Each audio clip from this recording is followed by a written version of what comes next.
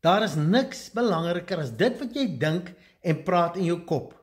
En daai wat jy dink en praat, glo jy. En dit hak in 'n emosie. En dit creëer 'n chemiese proses wat chemiese stof in jou liggaam afskei. En dit bepaal jou frekwensie wat jy uitstuur. En dit word ook later jou aksie. Dit wat jy praat en doen. En dit is wat jy creëer in jou lewe.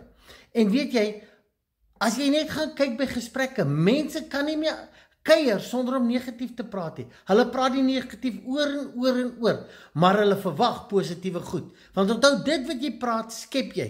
Die Bybel sê dit is sielkunde, die wetenskap. Ek gaan in die volgende 3 weke spesifiek hierna kyk. Stuur hierdie video vir jou vriende, vir mense wat dit nodig het, wat 'n verandering in hulle lewens wil hê. Ek beloof jou, as jy dit gaan dissipline en dit toepas, gaan jy sien wat ek bedoel. As jou woorde verander, is die potensiaal daar dat jou fisiese omstandighede moet verander.